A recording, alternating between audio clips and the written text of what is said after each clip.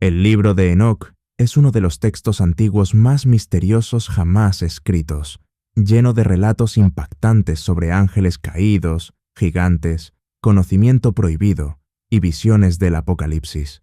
Debes saber que Enoc fue un hombre real y poderoso, porque se menciona en la Biblia. Sin embargo, su libro no está incluido en ella. Recientemente, ha vuelto a captar la atención del mundo, incluso siendo tema de conversación en el programa de Joe Rogan. ¿Por qué el Vaticano rechazó este libro?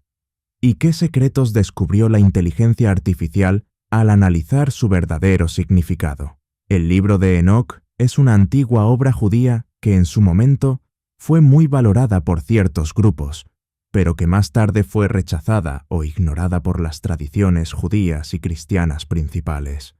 Aunque hoy no forma parte de la Biblia hebrea oficial ni de la mayoría de los cánones cristianos, sigue atrayendo el interés de historiadores, teólogos y de todos aquellos fascinados por los misterios bíblicos.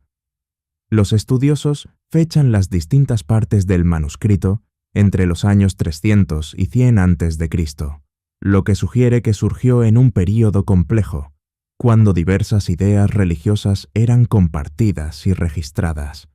Esta línea de tiempo lo sitúa cerca de otros escritos clave que circulaban entre las comunidades judías en los siglos anteriores y posteriores al inicio de la era común.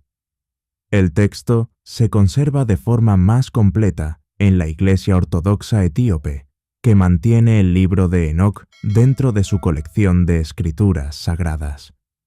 Esta aceptación significa que, mientras la mayoría de las denominaciones cristianas occidentales y las comunidades judías no lo consideran canónico, sigue siendo reconocido oficialmente por una de las iglesias cristianas más antiguas del mundo.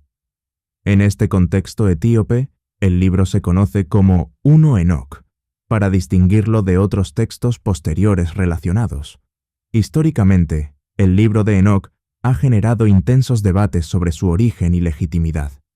Las primeras referencias a él aparecen en los escritos de los padres de la Iglesia, como Tertuliano y Clemente de Alejandría, quienes a veces lo citaban o mostraban respeto hacia su contenido. Entre los manuscritos del Mar Muerto, hallados en Qumrán, se descubrieron fragmentos del libro de Enoc, escritos en arameo, lo que confirma que estuvo disponible y posiblemente fue estudiado por ciertos grupos judíos durante el período del Segundo Templo. El texto gira en torno a las visiones y enseñanzas atribuidas a Enoc, una figura bíblica mencionada en el libro del Génesis. Se dice que Enoc vivió 365 años, una edad notablemente más corta que la de otros patriarcas mencionados en el Génesis. Además, la Biblia afirma que Enoc caminó con Dios y que Dios se lo llevó, en lugar de enfrentarse a la muerte. Esta breve referencia abrió la puerta a muchas tradiciones que ampliaron su historia, su relación con lo divino y su destino final.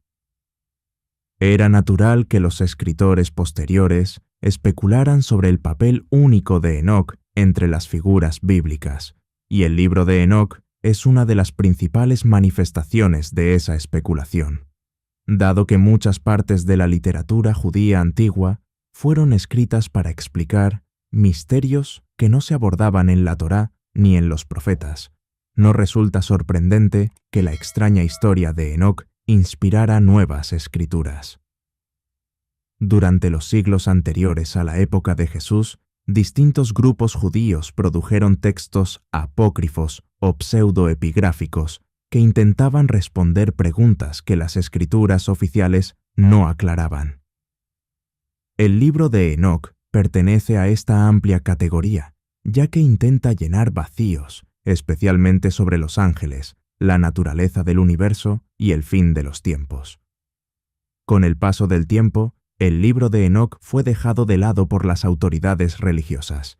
Algunos sostienen que esto se debió a sus impactantes afirmaciones sobre los ángeles caídos, el nacimiento de gigantes conocidos como los Nefilim y la posibilidad de un conocimiento avanzado transmitido a la humanidad. Otros creen que sus referencias eran demasiado parecidas a las descripciones de la llegada de un Mesías, que más tarde los primeros cristianos identificarían con Jesucristo. Estos factores lo volvieron polémico tanto en el judaísmo rabínico como en muchos círculos cristianos. Sin embargo, sobrevivió en Etiopía, donde sigue siendo un texto vivo y sagrado. Enoc, dentro de la genealogía bíblica, es presentado en la Biblia hebrea como parte del linaje que se remonta a Adán, el primer hombre. Según el Génesis, fue bisabuelo de Noé, lo que lo vincula directamente con la historia del diluvio. Esta parte de la genealogía, hallada en el capítulo 5 del Génesis, menciona a los patriarcas desde Adán hasta Noé. Cada uno de ellos vivió muchos siglos, pero Enoc destaca porque se dice que vivió 365 años y desapareció, porque Dios se lo llevó. Esta frase, Dios se lo llevó, ha desconcertado a creyentes y estudiosos durante siglos, mientras que la mayoría de las figuras bíblicas simplemente mueren. La historia de Enoc es diferente. Esta diferencia llevó a pensar que pudo haber sido llevado o transformado en el cielo sin pasar por la muerte de forma tradicional. En el Nuevo Testamento, en Hebreos 11:5, se hace referencia a Enoc como alguien que no vio la muerte gracias a su fe. Esa breve afirmación bíblica se convirtió en la base de muchas interpretaciones posteriores, que alimentaron las historias recopiladas en el libro de Enoc. Las tradiciones y el folclore judío suelen ampliar las historias de las figuras bíblicas poco descritas, y en el caso de Enoc, el vacío narrativo fue lo suficientemente grande como para permitir el desarrollo de mitos y relatos extensos. Con el tiempo, algunos intérpretes afirmaron que Enoc fue instruido en los misterios de la creación, la estructura del universo y los mecanismos de los cielos, y que registró todo ese conocimiento para las generaciones futuras. También vale la pena mencionar que algunas tradiciones identifican a Enoc con Melquisedec, un misterioso sacerdote rey mencionado en el Génesis en tiempos de Abraham. Melquisedec es descrito como sacerdote del Dios Altísimo, y su repentina aparición, sin genealogía ni antecedentes familiares, lo convirtió en una figura fascinante. Aunque la identificación de Enoc con Melquisedec no es universalmente aceptada, forma parte de una tradición más amplia que intenta conectar a distintas figuras antiguas que tuvieron una relación especial con Dios y con la humanidad. En varios textos apócrifos y pseudoepigráficos, se dice que Enoc compartió su sabiduría con sus descendientes, centrada en temas morales, espirituales y cósmicos. Es retratado como un hombre justo que se destacó en una época corrupta, especialmente en las generaciones previas al diluvio. Si combinamos esto con el hecho de que Enoc no experimentó la muerte de forma normal, es fácil entender por qué las historias sobre sus viajes a los reinos celestiales se difundieron ampliamente en la antigüedad. El libro de Enoc utiliza este trasfondo para desarrollar narraciones sobre los encuentros de Enoc con seres divinos, sus advertencias a los ángeles caídos y su papel revelando la sabiduría oculta a la humanidad. A pesar de haber sido excluido de la Biblia hebrea, Enoc sigue siendo una figura muy conocida debido a la intrigante mención de su desaparición y a las numerosas leyendas que lo rodean. Los místicos judíos medievales, como los vinculados a la tradición Merkabá, a veces lo describieron como un escriba celestial o un ser angelical. Esta idea, según la cual Enoc se transformó en un ángel después de ser llevado por Dios, se refleja en algunos fragmentos del libro de Enoc, donde asume un papel que trasciende al de un simple profeta o sabio humano. Los vigilantes, su origen, motivos e impacto. Un tema central en el libro de Enoc es el relato de los ángeles llamados vigilantes, quienes fueron enviados para velar por la humanidad, pero acabaron cayendo en la corrupción. Estos vigilantes, que eran 200, descendieron a la tierra en los días de Jared, el padre de Enoc, y formaron un juramento para llevar a cabo sus planes. Samyaza es nombrado como su líder en la mayoría de las versiones del texto, y teme que si solo él se atreve a romper la ley divina, cargará con toda la culpa. Sin embargo, los demás ángeles se comprometen al mismo acto, jurando juntos. Su pecado consiste en tomar esposas humanas y enseñar conocimientos prohibidos a la humanidad. En el Génesis 6:1-4, esta idea aparece brevemente. Los hijos de Dios ven que las mujeres humanas son hermosas, las toman como esposas y engendran una descendencia híbrida, conocida como los Nefilim. En el libro de Enoc, estos Nefilim son descritos como gigantes sedientos de sangre que devastan la tierra con violencia y maldad. El texto dice que el tamaño de estos gigantes era enorme y que consumían gran parte de los recursos del planeta, llegando incluso al canibalismo y otras formas de corrupción. Un vigilante específico, Azael, enseña a los humanos el trabajo de los metales, las armas, los cosméticos y otros oficios que conducen a la vanidad y a la violencia. Otros enseñan encantamientos, astrología, el conocimiento de las nubes o el funcionamiento de las constelaciones. Esta repentina revelación de conocimientos avanzados, según el libro de Enoc, aleja a los humanos de la reverencia natural hacia Dios, conduciéndolos al orgullo, la guerra y diversos pecados. La aparición de estos ángeles caídos y de sus hijos gigantes se convierte en una de las principales razones para el gran diluvio. En la narrativa de Enoc, los arcángeles Miguel, Uriel, Rafael y Gabriel apelan a Dios para que intervenga contra los vigilantes y sus descendientes.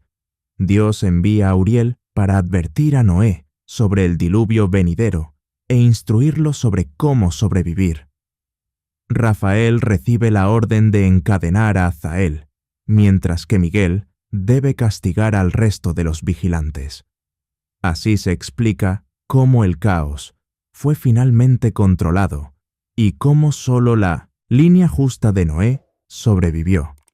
Esta historia ofrece un trasfondo al relato bíblico del diluvio, sugiriendo que la corrupción de la humanidad no fue solo un fracaso moral, sino también el resultado de una intervención angelical que introdujo artes prohibidas. Para algunos lectores, esto resulta mucho más dramático que la breve mención en el Génesis 6, y además otorga a Enoc un papel más relevante. Enoc actúa como mensajero, siendo testigo de estos eventos y suplicando misericordia a Dios, aunque el desenlace es que los Nefilim y los vigilantes reciben juicio divino. El libro de los vigilantes es considerado generalmente la parte más antigua y quizás la más influyente de 1 Enoc. Comienza con un anuncio de juicio contra los ángeles caídos y también funciona como advertencia para la humanidad. Enoc se presenta como un hombre justo, cuyos ojos son abiertos por Dios, permitiéndole contemplar las visiones del cielo. Él presencia los reinos espirituales y aprende sobre todo, desde los orígenes de los ángeles hasta el destino de los justos. Un punto destacado es que esta sección muestra a Enoc como un mediador. Se le informa sobre el castigo que recibirán los vigilantes, pero estos mismos le piden que interceda ante Dios. En algunas versiones, Enoc lleva la petición de los vigilantes ante el trono divino, aunque su solicitud de perdón es rechazada. Esta parte del texto enfatiza la gravedad del orden cósmico. Los ángeles tienen un papel establecido, y cruzar las fronteras entre lo divino y lo humano trae consecuencias terribles. El libro de los vigilantes también describe cómo Enoc viaja a través de diferentes partes de la creación. Visita diversos niveles del cielo y lugares místicos, como donde los espíritus de los muertos esperan el juicio o donde los ángeles caídos están encadenados. Estas descripciones ofrecen un ejemplo temprano de literatura apocalíptica judía, en la que un visionario es llevado por los reinos celestiales para conocer los secretos del futuro y la estructura moral del universo. Esta sección presenta con fuerza el tema del fin venidero. Explica que algún día Dios vendrá con sus ejércitos sagrados para juzgar a todos los seres. Este mensaje fue poderoso para las personas que vivían en tiempos inciertos, recordándoles que todo poder terrenal debe rendir cuentas ante una autoridad superior. El libro de los vigilantes también recuerda a sus lectores que, aunque los ángeles son poderosos, no están por encima de la ley divina, y que la humanidad también será juzgada por cómo utiliza el conocimiento que le ha sido dado. Al explorar el papel de Enoc, lo vemos como más que un simple observador.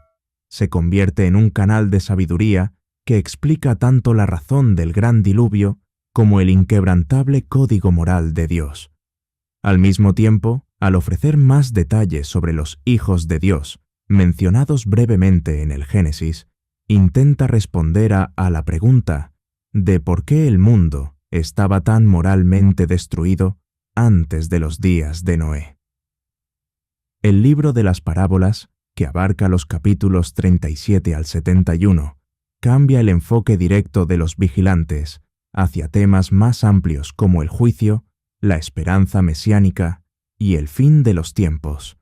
Habla de una figura llamada el Hijo del Hombre, el elegido y el justo, que se sienta en un trono de gloria.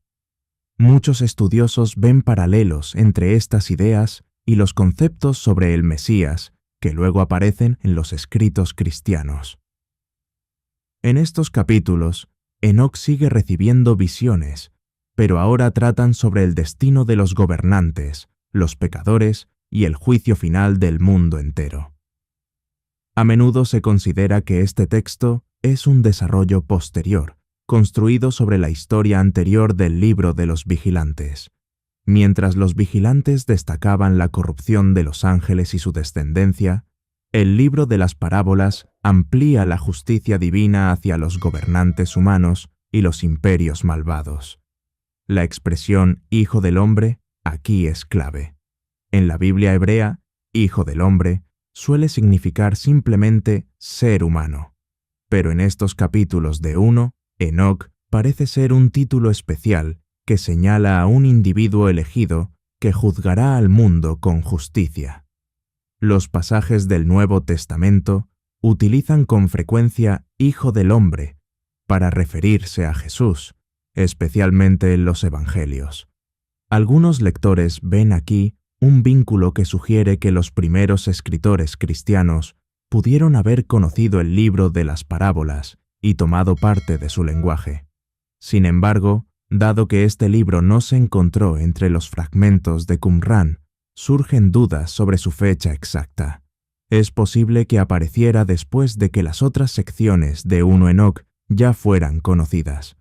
Aún así, el libro de las parábolas ofrece una visión del pensamiento judío sobre los mediadores celestiales y los eventos del fin de los tiempos. Describe un mundo donde los justos serán recompensados, los malvados recibirán castigo divino y los gobernantes opresores no escaparán de su destino. La presencia de esta detallada escatología refleja el clima religioso del período del Segundo Templo, cuando muchos grupos judíos enfrentaban crisis políticas, dominación extranjera y el anhelo de justicia divina. Estos capítulos también presentan más figuras angelicales, algunas de las cuales guían a Enoc a través de visiones. Enoc experimenta distintos niveles de la realidad, donde observa cómo las acciones en la tierra se reflejan en consecuencias celestiales. El libro de las parábolas es, por tanto, una obra fundamental de la literatura apocalíptica judía, junto con textos como el libro de Daniel. Su estilo y contenido han llevado a muchos a compararlo con otros escritos que tratan sobre el destino final del mundo y la llegada del juicio definitivo.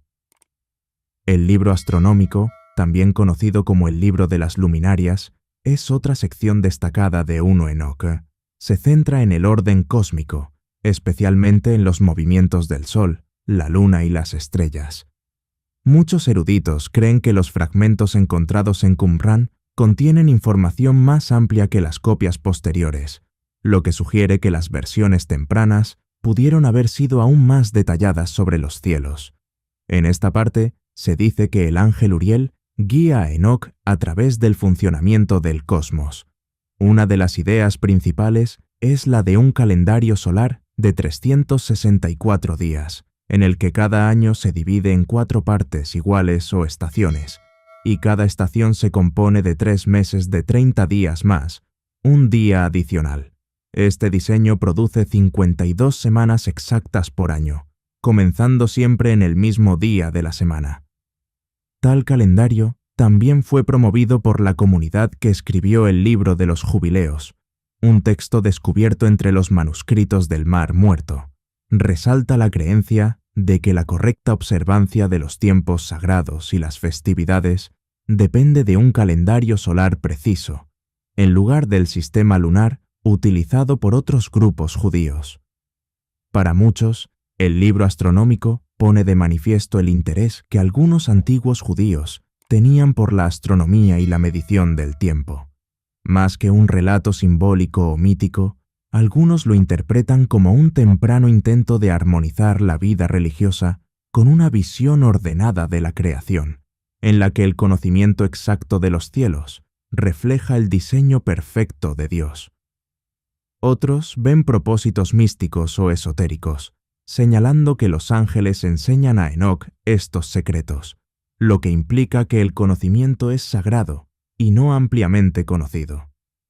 Este libro también incluye algunas enseñanzas morales que muestran que la armonía cósmica y el orden moral están relacionados. Los ciclos del Sol y la Luna, por ejemplo, podrían representar leyes divinas que los humanos deben respetar, observando ciertas festividades en el momento adecuado. Los creyentes permanecen en sintonía con ese orden superior. Cuando las personas se alejan de la rectitud o manipulan el conocimiento sagrado, se crea un desequilibrio que conduce a la desgracia. También existe una interacción entre el libro astronómico y la historia de los vigilantes. Algunos vigilantes introducen conocimientos de adivinación o astrología de manera corrupta. En cambio, el conocimiento otorgado por Uriel a Enoc se presenta como lícito y puro. Esto apunta a un tema subyacente en el libro de Enoc: el conocimiento proveniente de Dios, compartido a través de los canales apropiados, da vida, pero el conocimiento obtenido mediante la rebelión o el engaño trae destrucción.